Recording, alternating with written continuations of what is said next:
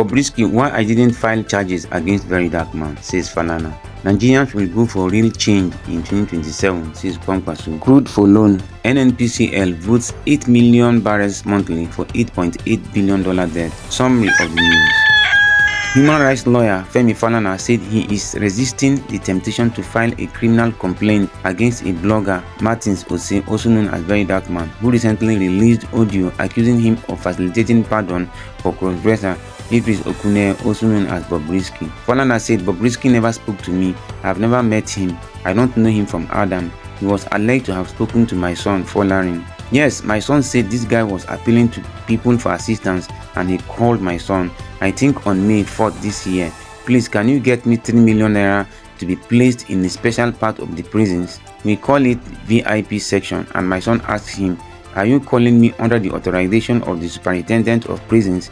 He said, "Look, don't call me again. I'm unable to assist you to bribe the prison authorities, and be very careful since you are already in jail for an offense. Please, if you are going to call me next time, you either do it through the superintendent of prison or you write a letter endorsed by the prison authorities." And that was the last. Somebody now said he listened to a tape somewhere and went out to lampoon and rather defame me by saying the guy has spoken to me.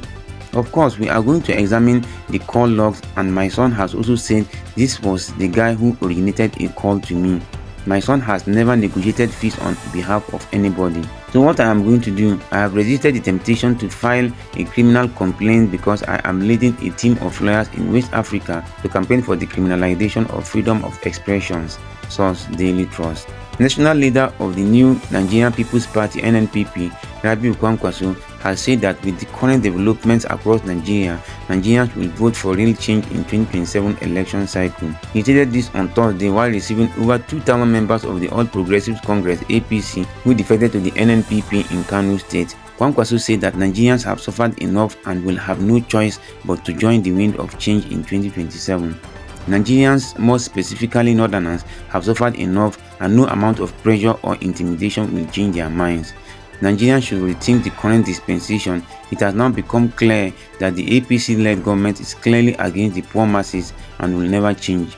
It is now clear that regardless of their belief and plans to use the security agents and INEC in the forthcoming elections, it will not be possible as Nigerians are tired and will surely struggle for change, Kwankwaso stated. He further explained that the APC, which was collectively founded to salvage the poor masses, has now turned against the same people, with insecurity and poverty eating deep into the fabric of Nigerians, adding that Nigerians are tired. Source Leadership newspaper.